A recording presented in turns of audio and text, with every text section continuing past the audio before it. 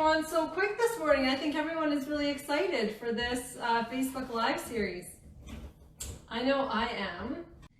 So we're gonna make some seed cheese. So who here has made cheese from seeds and not nuts? This is actually one of my, hi Donna. This is actually one of my favorite cheeses to make. You would think that using sunflower seeds and pumpkin seeds that it would taste really bitter, but it actually doesn't. It's actually a really nice flavor. And this is a great alternative to nut cheese because I know a lot of people can't do nuts. And it's still plant-based and raw. So if you guys, I just want to talk a little bit about lactic acid fermentations. And there's so many different ways in making culture fermented plant-based cheeses. So different ways you can do is you can just use a probiotic, which we're gonna do because this is the easiest, simplest, quickest way to do it. And I wanted to just do the easiest method for you guys. You can also use water kefir, you can use coconut kefir, you can use Rejuvelac. Some people are using kombucha. So all of these liquids and ferments that already have the good bacteria in it. And that is a really good way to do it because it does save you money because you don't always have to use a probiotic capsule. Once you've made the kefir or the Rejuvelac, you just need a tiny bit from that liquid. And Rejuvelac, you can make as much as you want. You just need a little bit to culture whatever you're culturing. So just a little bit about the culturing process. So because I'm using a probiotic, so Acidophilus is the largest strain in any probiotic that you'll find. And you'll see that there's lots of lactobacillus strains. So there's Lactobacillus acidophilus, Lactobacillus plantarum.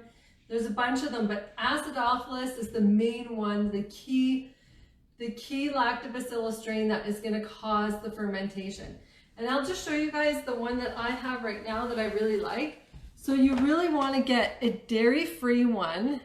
So this is a vegan, dairy-free, 30 billion.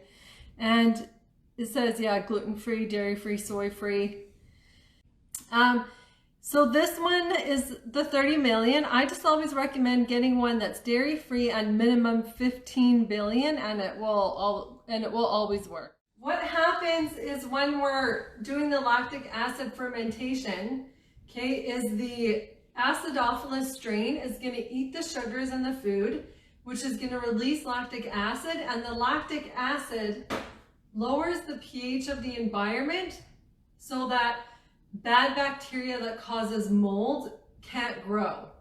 So that's basically how the lactic acid fermentation works, and that's the way that we're going to do it today, that I'm going to show you. So this is really easy because today, oh, and I have a little surprise for you guys.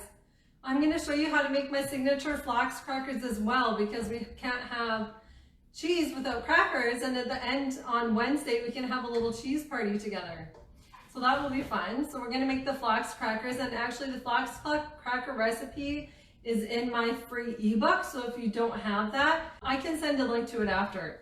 So this, to start off with, the very first stage is we're going to culture the cheese. So all we're going to do is we're going to blend up. So if you've soaked your sunflower and pumpkin seeds overnight, that's great. Then you want to strain them and rinse them really well. And you want them soft enough, but we're also soaking them so that it neutralizes the enzyme inhibitors and phytic acid. And so this becomes easier to digest, and it's not going to bind to minerals and pull those minerals from our body. But most of you know about soaking nuts and seeds and why we do that. Now you do need a really good blender for this, a good high-speed blender, because we want it really, really smooth. So what we're going to do is we're just going to put the seeds in here and add a little bit of water. We just want to add the least amount of water as we can because this is going to be a firm cheese. Because we want this to be sliceable, we're going to mold it into a wheel and we want to be able to slice it. So try to use as less water as you can. So this is why we need a really good blender. Because if you don't have a blender, then it's not going to blend up the seeds. You'll need a lot of water. So if you guys have a Vitamix, you know that this is going to be really loud. So just watch your ears. When you're using a Vitamix, you always want to start on low speed. and then slowly increase to high speed.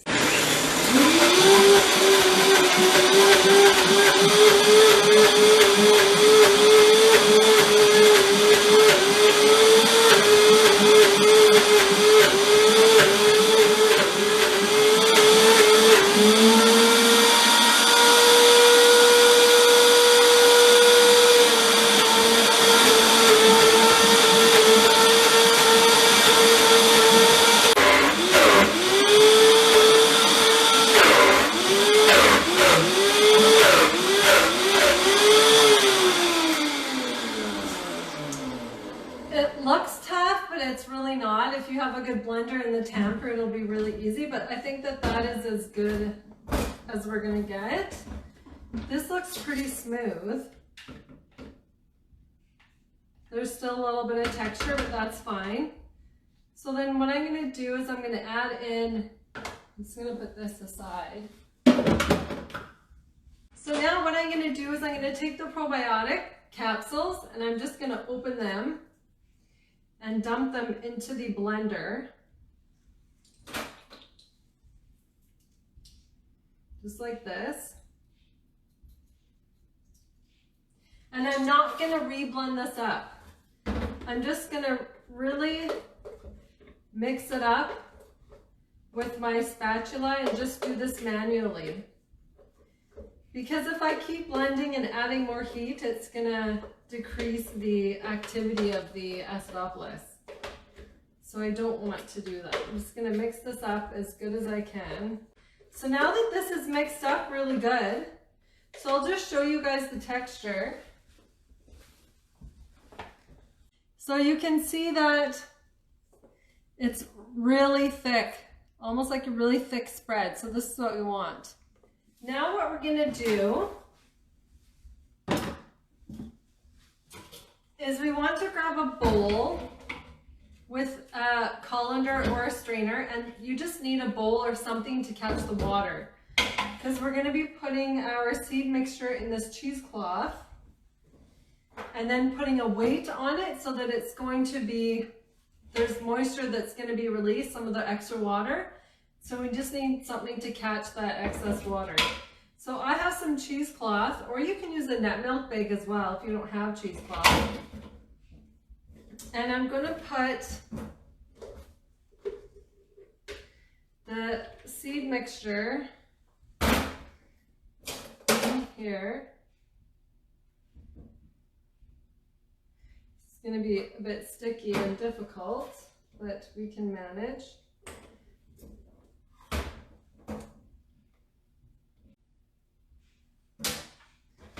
All right, it's almost all out of here.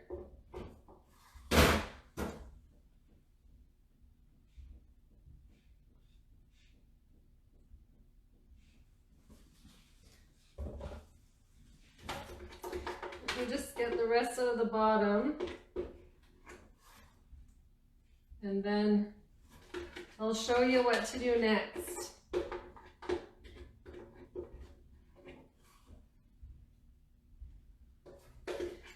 This blender is going to be hard to clean after. That's okay, I am used to that.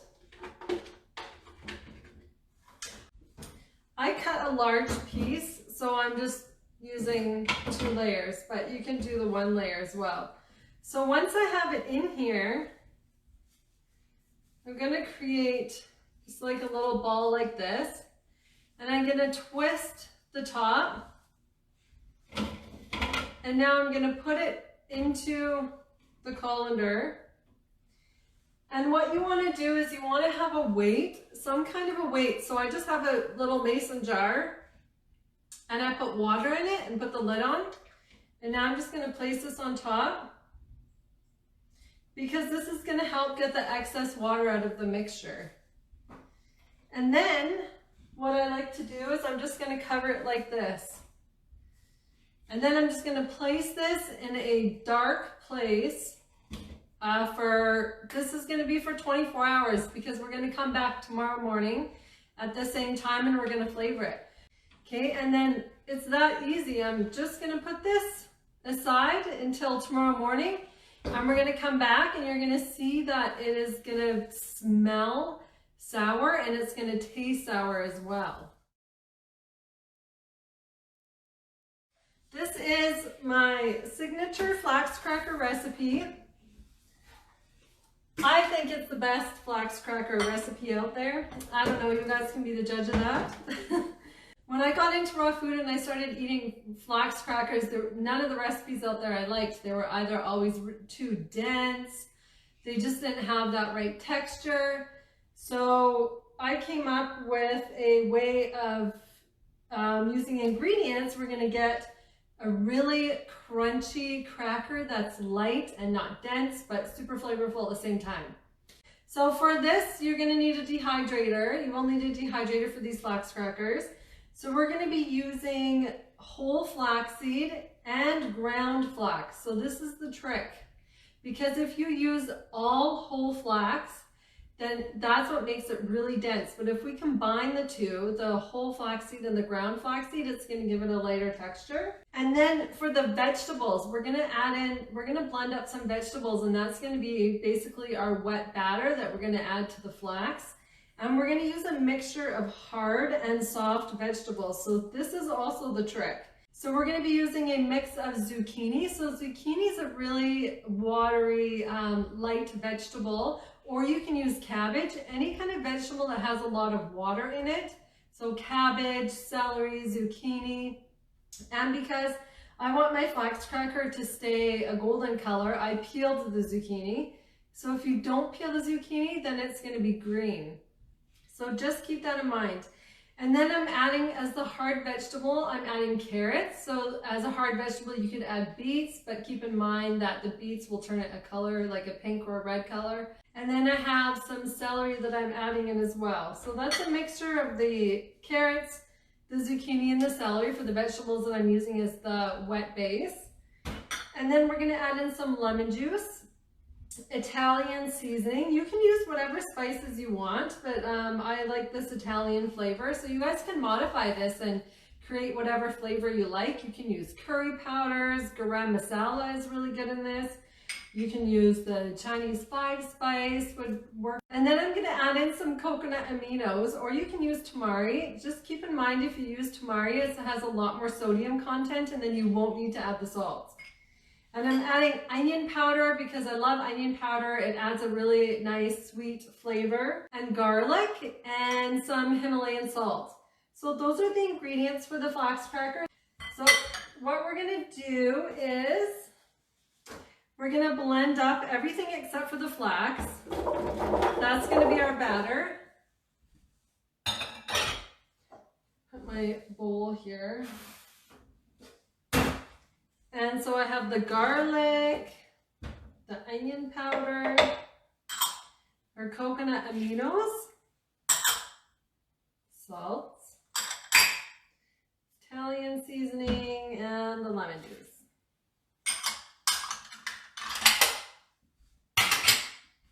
And I'm gonna blend this up until it's smooth, and then we're just gonna add it to a bowl with the flax. Might need my tamper for this here.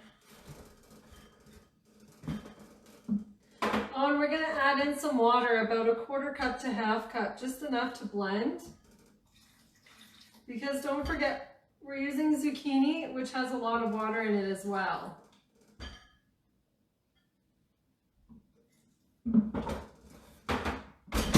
So again, this is gonna be loud.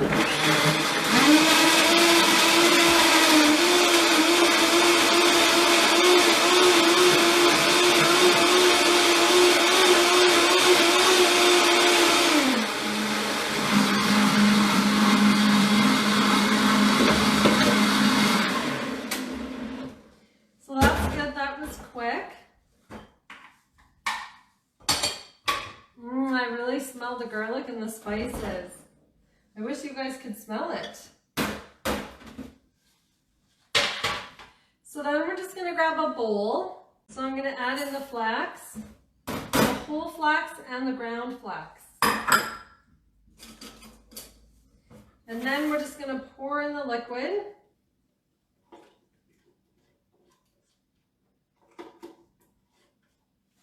And then start mixing it together.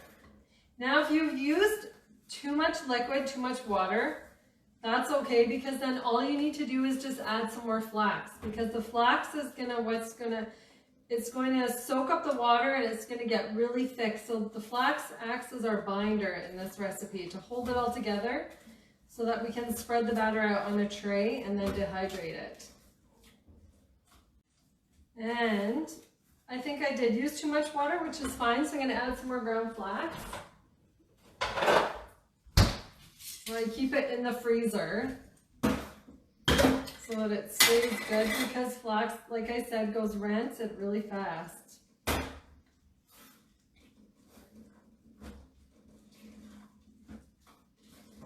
And then you just want to keep mixing it, get out all the clumps, and the more you mix it, the thicker it's going to be. You want to get it thick enough that it's going to be able to spread. And there's so many things you guys can make with the cheese, so many different kinds of crackers. You can do some candied or spiced nuts and seeds. You can make like a jam or a compote in the dehydrator. Okay, so I'm going to grab my trays. So you want to use a lined tray, of course, right? So I have a lined dehydrator tray here. And I'm going to start putting some of the mixture on. I'm going to start with a bit, and the trick is you want to use a big offset spatula. Do I ever make sweet crackers? You know what? No, I've never. Have I made a sweet cracker? I'm not sure. I don't think so. I really like my savory crackers because I like to have them with my salads and with my spreads and cheeses. But yeah, sweet cracker would be really nice. If you make one, Moni, can you post it in the Facebook group and then let us all know what you did? That would be great. It would be very helpful. So the trick to get this batter thin and even is you want to spread it all the way to the outer edges, okay? So I'm spreading it to the outer edges. And don't be worried about getting the edge of your tray dirty. It's fine. We're just going to wipe it off with a piece of paper towel. It's fine to get it dirty. And we're just going to keep spreading it. And the trick to these crackers, you want them to be as thin as you can because we don't want them to be super dense. So if you see areas where it looks really thick, you can just take some of the batter out just like that and put it back in the bowl.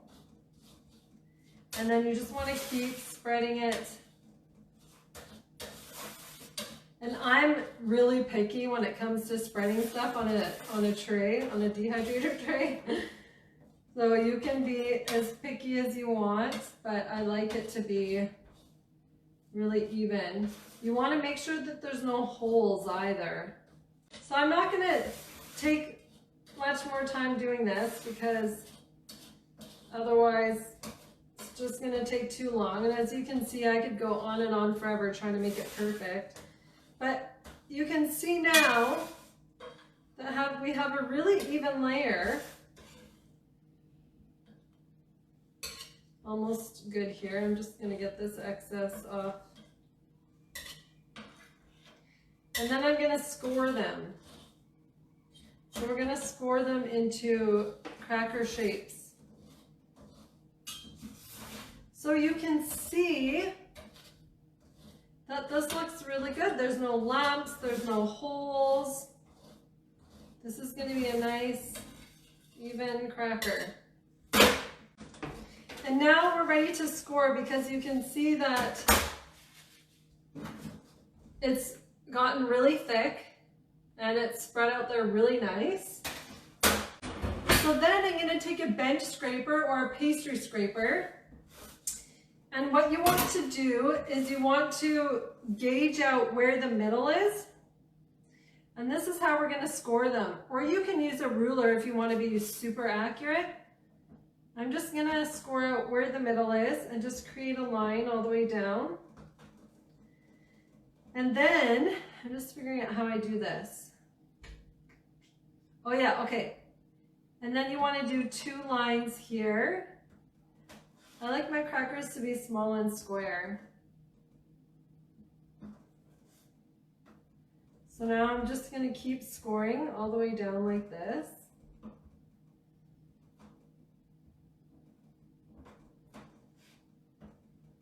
Let's make lines. This is the fun part. So you can make whatever kind of shapes. You can do triangles. I'm just going to do squares. So again, I'm going to do doing 2 lines. So that I'm doing, there's 1, 2, 3. So it's 6 by 6. If you can't see what I'm doing, so 6 by 6 squares. So the reason why that we score it now is because when we start dehydrating it, it'll get really hard to do that later on. And then when they're done dehydrating, you just break them apart and it's really, really easy to break them. So there is our flax crackers all squared up and ready to go in the dehydrator. So these will dehydrate. What you want to do is, because they eventually have to come off the Paraflex sheet. So I'm going to dehydrate them probably for about 6 to 8 hours, or you could just dehydrate them all day. You want to leave them as long as you can on the Paraflex sheet before you put it on the mesh. Otherwise, they're going to start curling up on the sides. So if we just leave it on the tray as long as we can while it's dehydrating, then we'll be fine. But so let's dehydrate them all day. And then before you go to bed tonight, you want to take another tray that's not lined and put it on top. And then you're going to flip it over and just peel the Paraflex sheet off. And then you're going to put it back in the dehydrator overnight. And then tomorrow morning, they'll be ready, and I'll show you guys what to do with them when we come back and do our next live tomorrow at 11. So the flax crackers have been dehydrating for 24 hours, and it did make 2 trays. I already put 1 tray in a bag. And you can see that after scoring them, they're super easy to break apart, just like this. So this is why we want to make sure we score them so that it's really easy to just form the crackers after. Yay, so what I like to do with the crackers is I just put the crackers into a Ziploc bag and then put them in the freezer. If they're still really, really warm, if you've just taken them out of the dehydrator, then you want to leave the bag open and put it in the freezer so that it helps the warm air release. But I like to keep them in the freezer because they stay crispy and crunchy that way. And you can see how easily they break apart, and look at how thin, and you can hear how like crunchy they are. And it's hard not to eat them all out of the dehydrator. I ate half the tray last night and this morning of the other one. So I'm going to put these in the freezer. So there's our flax crackers. So for flavoring our cheese, for this we're going to need some lemon juice, just 2 tablespoons, 1 teaspoon of salt, and I like to use Himalayan salt, and then 1 clove of garlic. And what we're going to do, first I just want to check on the cheese here. And you can see that it's hardened up really nice. So the cheese is going to smell really sour, and mine smells really sour because it's been going for 24 hours. And you can see how nicely it's formed and how much it's thickened up. You'll notice on the outside that it's starting to form a crust, and that's fine. It's just starting to dry because it's being exposed to the air. That's kind of what we do in the aging process. So it comes out really easily. And you can see on the outside it started to crust over, but then on the inside it's that really nice light color. So that's going to be the color of our cheese. So we want to just put this into a bowl and move all this aside. So then what we're gonna do is we wanna take a spatula. So then what we're gonna do is we're just gonna put all of our flavorings into the bowl. This might seem like a lot of salt, but don't forget that this cheese is gonna be really sour, so the salt is gonna help decrease that. And then we're just gonna take our garlic, and you wanna mince it because we're folding it in, we're not gonna be blending. So you can do this on a box grater. This is also called a citrus zester, what I'm using. So it's a microplane grater or a citrus zester.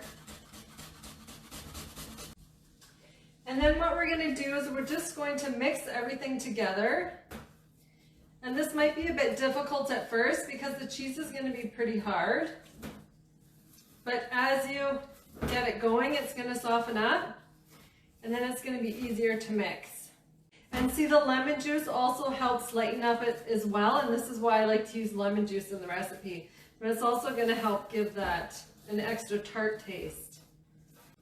Yeah, okay, so this is mixed up pretty good. And then what you wanna do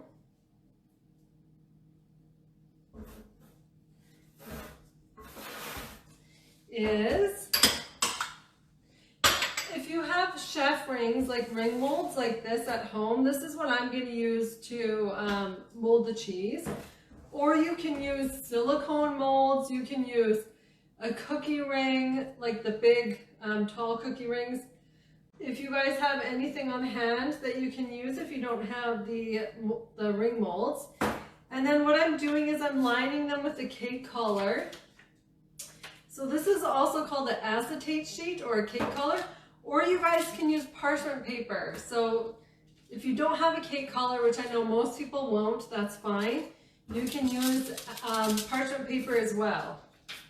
So you want to make sure that you line these because otherwise it's going to be really hard to get out.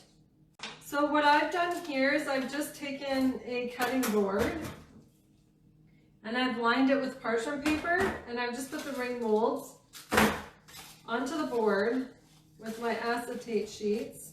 Okay, so now we're gonna take our lovely flavored cheese, and can you guys see this okay? I just want to make sure you guys get a good shot of that so you can see what it looks like. It's really thick, really creamy. I'm gonna try to get 2 wheels out of this. We might not get, I might just get 1 wheel, depending how big I want to make this. You can use smaller chef rings as well. I think this is a 3-inch. So I like the size because it actually looks like a nice formed cheese wheel. Just putting this into the mold like this. Now to form this, to make it a little bit nicer on top, I am just going to take this measuring spoon and just flatten out the top. Because what we're going to do is we're going to freeze this. We're going to freeze this overnight so that we're going to be able to get it out of the molds tomorrow. So my cheese is in my ring molds all formed, and so then what we're going to do is we're going to put them into the freezer. So this is going to help form it solid so that we can release it from the ring mold and it's going to be a nice cheese wheel. And then what we're going to do is we're going to cover them in spices. So when we take them out, we're going to cover them in, like, I'm going to use paprika, or you can use mixed herb spices, you can use Italian seasoning, you can use herbs de Provence, whatever kind of seasoning you guys have on hand. I'm just going to use straight paprika because I really like the taste and the look.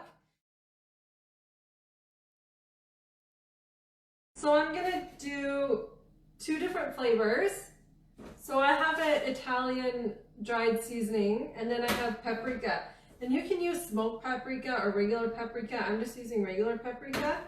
So I've taken my cheese out of the freezer, and I did that this morning, and I just let it thaw in the fridge.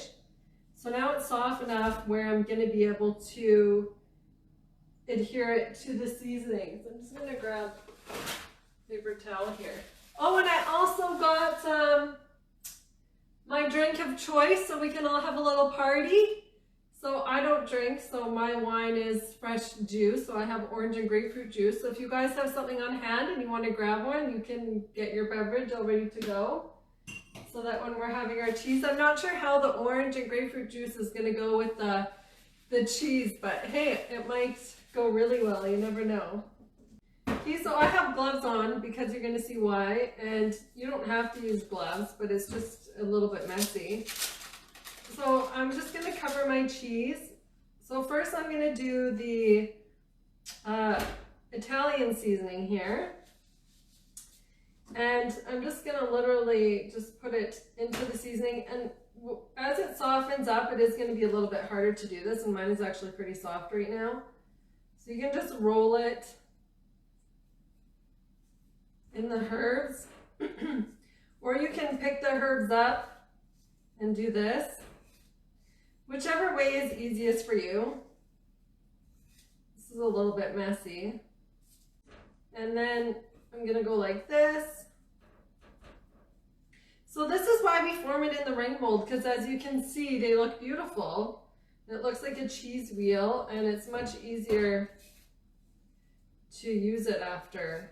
And then when we slice into it, it's gonna look pretty with our flavorings.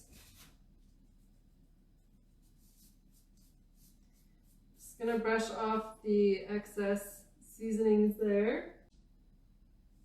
Yeah, so see, that's super simple.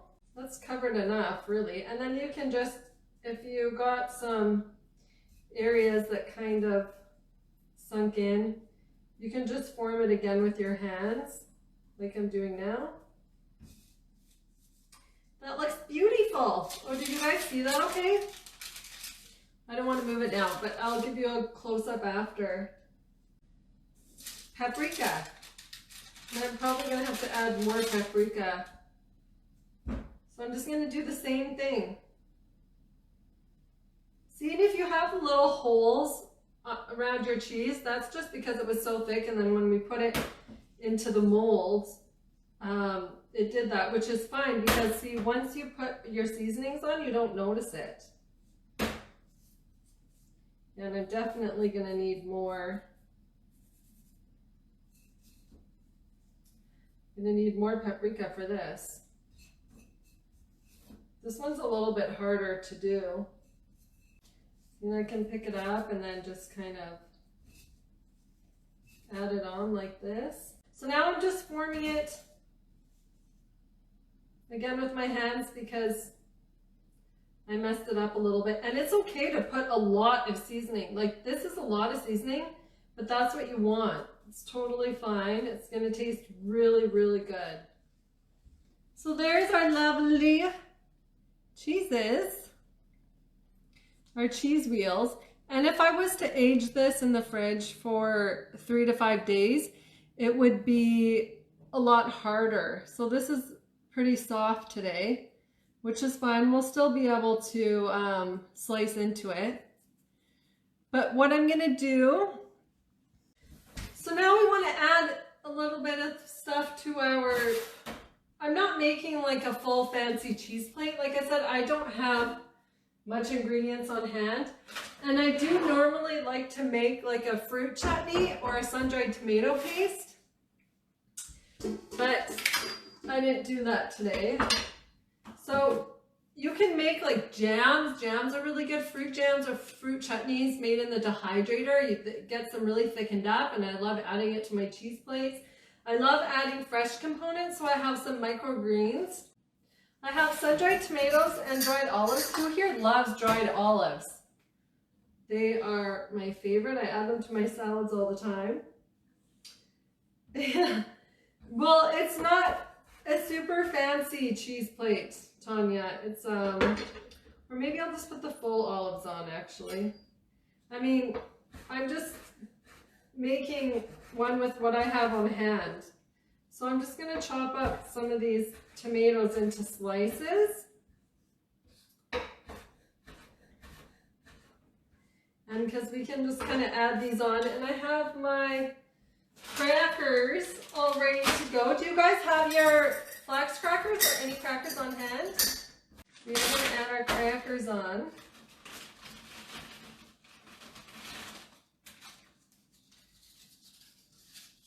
This is not going to be super fancy because I don't have all the stuff, but we're just going to add on some crackers.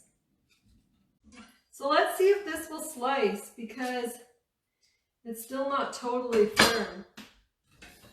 I'm going to get my really good knife here, my sharp one, and we're just going to cut a little triangle.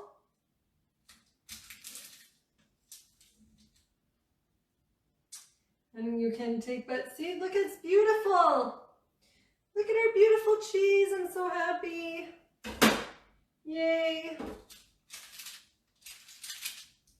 Let's get a piece of our paprika.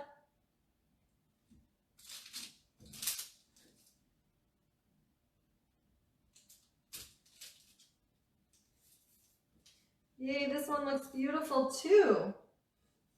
I love the paprika cheese.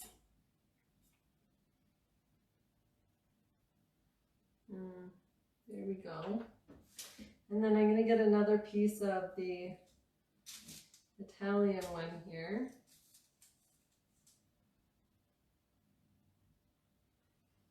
I'm just like doing whatever. I don't even know. Just kind of putting stuff just anywhere here. And then we can add some fresh microgreens. I love microgreens. It adds a really beautiful fresh component to the plate. You can just kind of put them wherever we think would look good.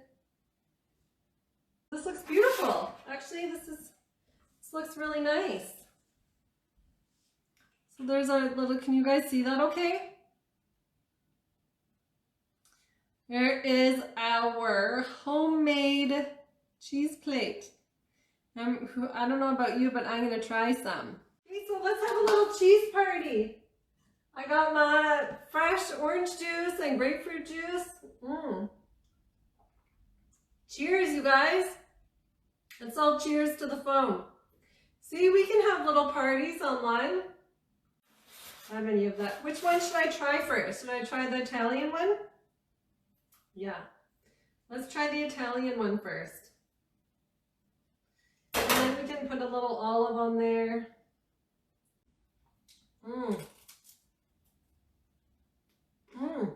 So good. Yum. I needed this right now because I was starving.